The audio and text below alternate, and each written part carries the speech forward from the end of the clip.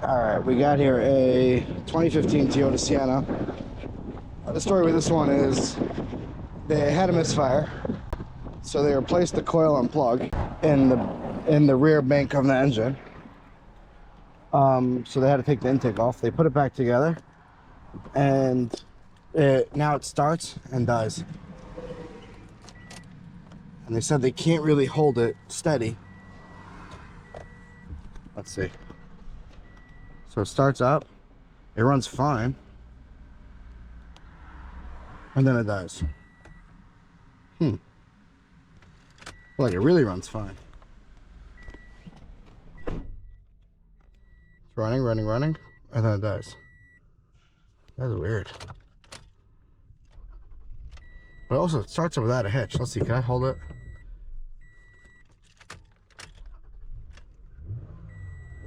See, I can hold it like this if I'm pumping it.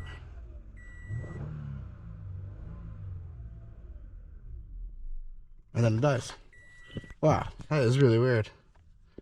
Alright, let's get a scan tool connected to this.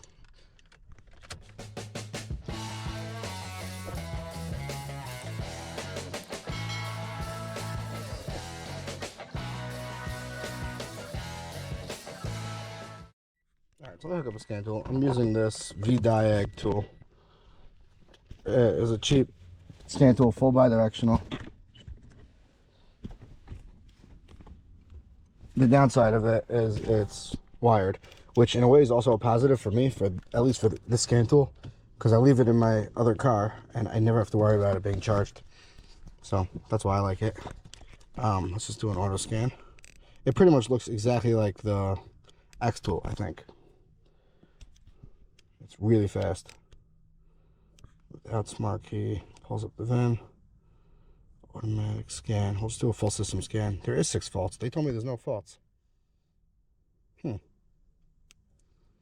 they smoke tested the intake like 3 times, they said. There was short, something to do with how they put the intake back. So they kept smoke testing it and it kept passing, so. But there are 6 codes, so we're gonna see what it is. See, there's no topology, so like I don't use this consistently. But it's a C charger. Not that you really need it, because it could charge with the car when it's plugged in.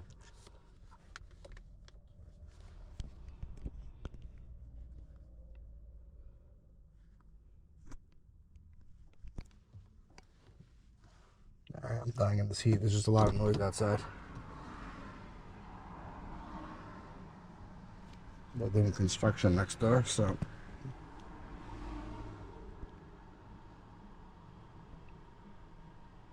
Alright, did a full system scan. Let's see what's the codes in the engine. High input of camshaft position sensor 2 circuit bank 2. Bank 2 is in the front. Sensor B circuit bank 2. That's getting pretty simple if that's the fix.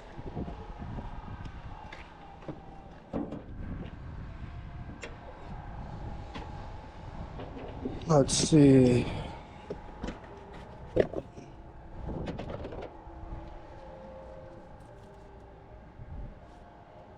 This is bank 2. Wait, so here's one and here's one. They didn't touch this. All I did was take this off and change one plug.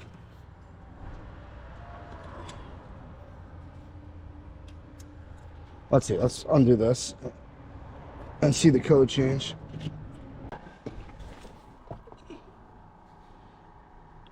Okay, let's enter the engine.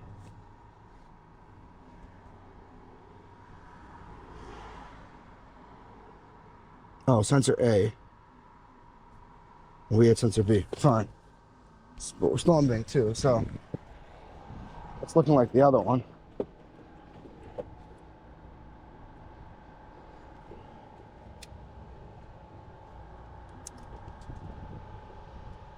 Maybe some dirt came out of there, I'm not sure. Yeah, it's definitely not clicking in.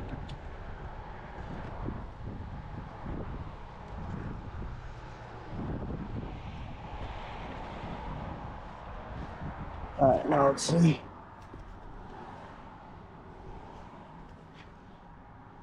Let's try to start it.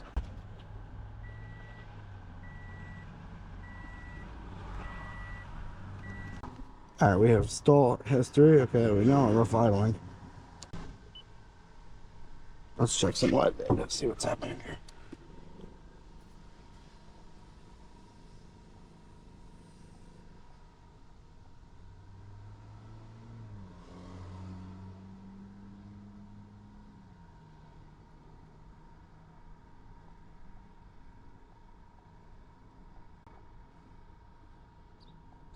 Oh, you can only select 8 PIDs. Okay. I mean, you can read them all, but if you want a custom, you can only select 8 PIDs. Okay. Calculator is 0. Maps at 0.42. Intake gear. Coolant temps at 95. Yeah, it's about 95. Makes sense. All the fuel trims are.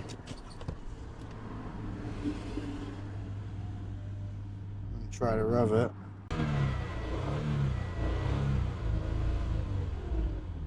Short-term fuel trim bank 1 goes to -20. It's running lean. There has to be a vacuum leak. I'm going to smoke test it myself. I'm just doing a quick visual inspection, make sure they didn't forget any hoses off. So there's this hose, I don't. Alright, that goes to right here. That seems fine. What else is this? Goes to the purge. Alright, I hooked up the machine. Let's go to smoke mode. We're gonna higher the flow rate because I'm not doing evap. There we go. I put that like right there.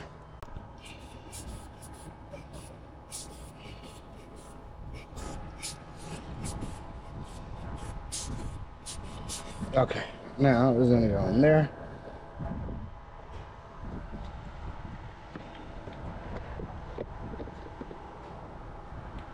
Alright, now this we have to block off. I'm gonna get a catch for that.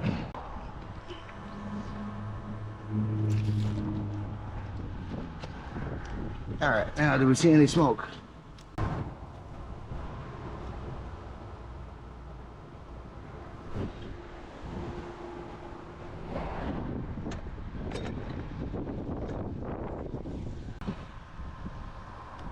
Alright, there's definitely nothing that big that could cause this issue.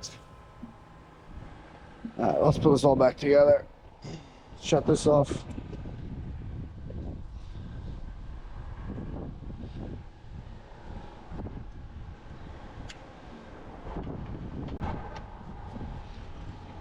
Once I'm down here, I should probably test fuel pressure. Because the line comes somewhere right around here. Just gonna clean this out once I have this apart.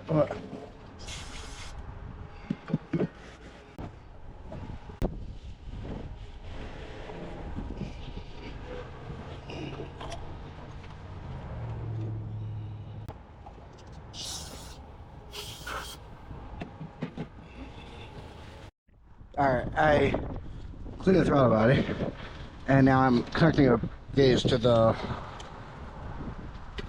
what's called the fuel pressure, and I'll put this back up.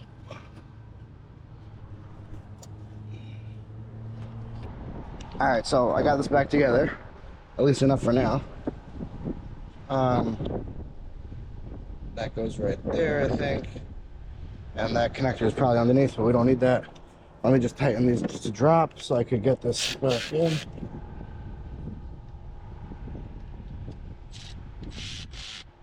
Okay. Now, I'm going to try to start it and see if we have pressure.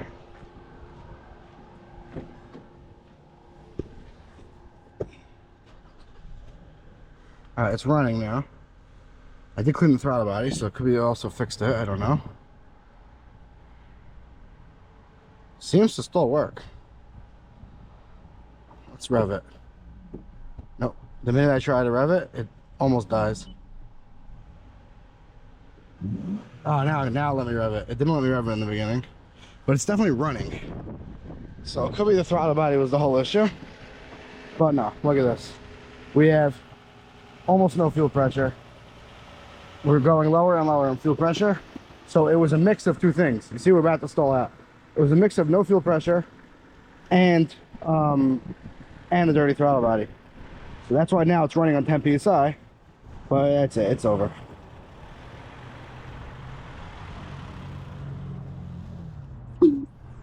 That's it. Oh, it died and then jumped back up to 55.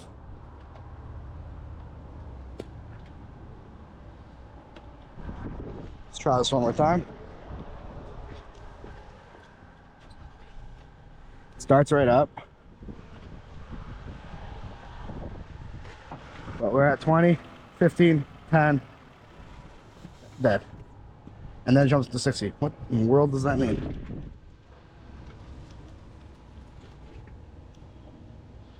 Is there a kink in my line?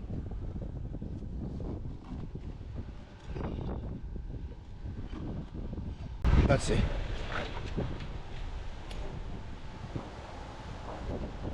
Nah, there's nothing. There's no fuel flow.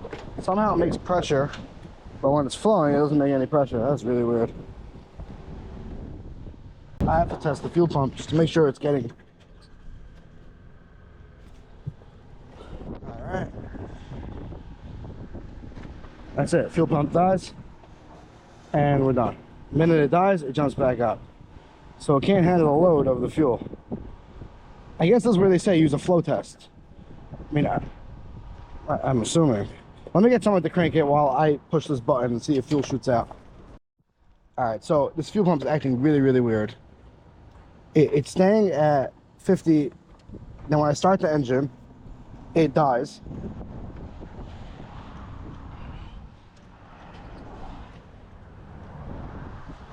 It slowly dies out. And it jumps back up instantly, as if like the engine is like pulling a load and it can't handle it. But I had a guy come and crank the engine. I don't know if you can tell, but there's a lot of puddle on the floor. When I'm just cranking, it shoots out fuel very strong. So what could it be? You know what? Maybe I know there's a resistor on these under the hood. I don't know exactly what it does, but I've seen them left unplugged and the car won't start. Right there, that's it. Let's see, let's plug this in.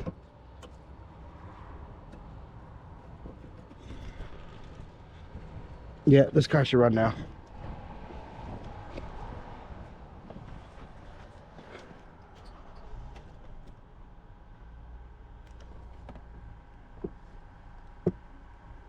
Oh, yep. The revs, that's it. That's all it was. Unplugged resistor. That's crazy. I should have got that faster. I wasted so much time cleaning the throttle body. But as Schrodinger's box always says, it needed it anyway. No, it really didn't need it, but whatever. We'll learn for next time. We'll have to remember this. It's just an unplugged resistor. I really should look at a diagram to figure out what that does, but I've been there too long, so we're not going to do that now. All right. Thanks for watching.